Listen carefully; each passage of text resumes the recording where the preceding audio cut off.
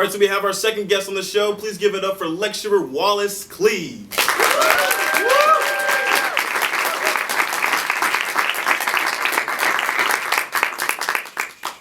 So you are here to tell us a little bit about UCR's current rankings, correct? Sure. All right. Well, first, could you just introduce yourself to us? I know you're a professor. A lecturer. Lecturer. Yes, the university writing program. So I'm sorry if you've ever taken one of the composition classes. That's me. The master mentor for the program too. So I train the TAs that also teach those courses as well. Got it. So tell us, what should students know about UCR's current rankings, especially within the U.S. News and World Report? Well, first of all, that we're kind of in a bit of a war that people don't really even realize exists. Our ranking in 2010, the U.S. News and World Report, we were at 94th, so we're in the top 100. This year in 2015, we slipped down to 121st, and that doesn't make any sense because UCR has gotten better and better and better. We know that for a lot of reasons. One reason is that students want to come here. The UC enrollment numbers last year, we had a 9.8% increase in students who wanted to go to UCR, as opposed to UC's overall 5.8%. So people want to come here. They realize it's a great school. And there's something fishy going on there. As the chancellor said, and I'll kind of paraphrase him in a Washington Post interview, I'm not sure what they're valuing in the U.S. News and World Report, but whatever it is, it's inconsistent with public education. And so we're kind of in this little battle, and it's a lot worse because UCR was ranked, and we should be very proud of this, number 2 in the Washington Monthly ranking. And what were those rankings based upon? Well, that's the really interesting question. Really what we should start with is what the U.S. News and World Report rankings are based on. And as they like to say, they're based on, well, some of their rankings are good. 27.5% of their rankings are based on graduation rates, and that makes sense. That's a good number. But 22.5% are based on what they call surveys, which is sending out surveys to high school counselors saying, what schools do you think are the best? And that's... But how can they know? Yeah, that's a big problem because, of course, they're just going to replicate what they've already heard from U.S. News and World Report, right? So you see the problem. And some of the other things are alumni giving and what they call selectivity, how hard it is to get into.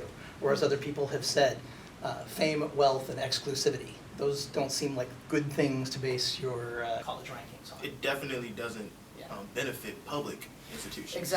Exactly. And so other groups have come along and found some other ranking systems. My favorite right now is, as I said, Washington Monthly, which ranks us number 2. Which, okay, that's probably why it's my favorite. Right after San Diego, but we're doing great. And it is based on social mobility. So in other words, what bang for your buck do you get? How well do our students do after they get out of here as compared to how they would if they hadn't gone to a university? The other criteria is research. Now, that's obvious, right? That should be an absolutely critical element. And then the third one, and I really like this. I know it sounds a little touchy-feely, but it's basically social service. How much do they give back to the community? It can be everything from people going into the Peace Corps to charitable hours spent. So our students are good people, and I like that. That makes me happy. So, and then, of course, there's the whole diversity issue, too. We're a very diverse university in all sorts of different ways. In terms of ethnicity, in terms of income levels, and well, probably not as diverse, but we definitely draw from a lower income, a lot of first-generation students, which is wonderful. So diversity is something that's really become a mantra of UCR, Right. and something we take a lot of pride in, something we should have pride in. But why exactly is that diversity important? Well, okay, for me, diversity is critically important just from a personal standpoint. I'm part of the Gabrielino Tongva tribe, which is the local indigenous people for the Los Angeles area. And Native Americans are terribly underrepresented at schools. We tend to enroll at slightly less than half the average rate and graduate at about 2/3 the rate. And that really indicates, how difficult school can be for people who come from minorities that don't have, especially first-generation college students. But UCR has a great track record with this, and has really become a place where a lot of diverse students want to go.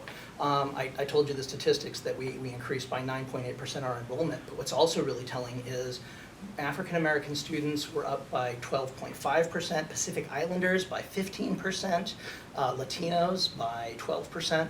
So diverse students want to come here, and that's fantastic. And I think that the real message is, why should people want to come here? Because it's very welcoming and very encouraging of that.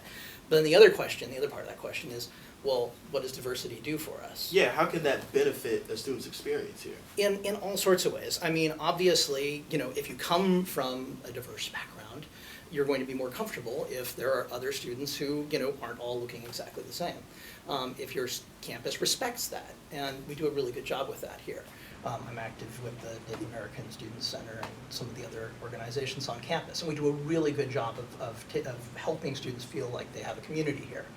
But if you want to get really practical, the reality is diversity is just good. It's just a good thing. And this is what's really nice, is because we all say diversity is, oh yes, we've got to champion it, but we don't often say why. Well, this is an innovation economy, and diversity is the key to innovation. Study after study shows this. And it's diversity across the board. Ethnic diversity is critically important if you want to have what we call a diversity of ideas, getting people who have different ideas from each other. They're not all thinking the same way, saying the same things. That makes everybody more innovative. If you have diversity of gender, if you have a mix of men and women, your groups are going to be more creative. That's an MIT survey showed that really, really effectively. So essentially, you're making the world a better place. Yeah, well, but I mean, okay, better place is great, but that doesn't pay the bills. But Google, Right, but you said that it leads to more innovation, It so does. that innovation will lead to a higher yeah. economy, thus a higher GDP, which will have that domino effect on the. Oh man, you're making my argument for me. I've got the numbers. But you got it. No, you got it totally. Google, right? Who's Yeah. was just recently the biggest company in the world for 10 seconds. You take Steve Jobs, for example, who came from Homs, a city in Syria. Yeah. And God knows that we've already ridden the next Steve Jobs for what's going on in Syria already. Right. And seeing as how Apple is the most profitable company in the world, which pays billions of dollars in taxes, I mean, think about that for a second. If you rid diversity and you rid someone like Steve Jobs, which we possibly have done already, then you've already essentially erased the next Apple product, the next iPhone, the next in music, everything. And those companies know that. Yeah, Google, they know that. in their own internal survey, said that it was the most critically important thing for their innovative groups, for their groups that were doing new and exciting technology, was diversity. Now, there's a danger, there's a flip side to diversity, which is trust. A lot of people don't trust somebody who's different. I mean, it's an unfortunate truth. But, so sometimes you do risk having problems fail.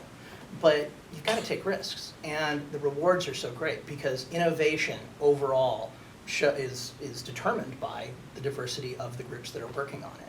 And then you want cold hard numbers. This is my favorite one. There's a great study out of Columbia and the University of Michigan that surveyed over 1,500 Standard & Poor Index, the big stock market, make all the money companies. And they found that adding a woman to a directorial position was worth a stock increase of $42 million. Million. For one position? Adding one woman to the board. That strikes me. And then there was another University of Texas study that showed a very similar survey with about 175 national banks with racial diversity. So diversity pays. It's economically a good idea. So I think that's about the strongest argument you can make. You got me. I have no response after that. But if right now we're consistently ranked within the top mid-100s by this U.S. News World Report, do you think that there's ever a chance that we'll actually excel or become higher in the ranking? Well, I mean, there has been talk that maybe we're being punished because we get these other numbers that are so great. The Washington, they're kind of like a little bit of a mafia of college rankings. I mean, they're the only game in town. You got to realize they just kind of invented this wholesale in 1983 as a way to keep their business going. And it's not based on like anything logical, or Malcolm Gladwell's come out and just thrashed them. Robert Reich, who was here this time last year, visited UCR and said UCR is the model for what universities should be doing. Ignore US News and World Report, pay attention to Washington Monthly, we're doing it right. And he's now, Bernie Sanders' economic guru. So, I mean, He said that about us. Oh yeah, yeah, you can see it on Facebook. It went viral. It was this great, wonderful post. He's the nicest guy. Yes, he is very nice. He's really good. But he's also a brilliant economist. He was the Secretary of Labor under Clinton the last time the economy didn't suck. So probably should listen to him. Right. Yeah. He's really a great guy. And he loves UCR, so yeah. Well, I love UCR too. He's my favorite economist. Yeah. But thank you so much for what you've Thank you come so and much. you provided to us.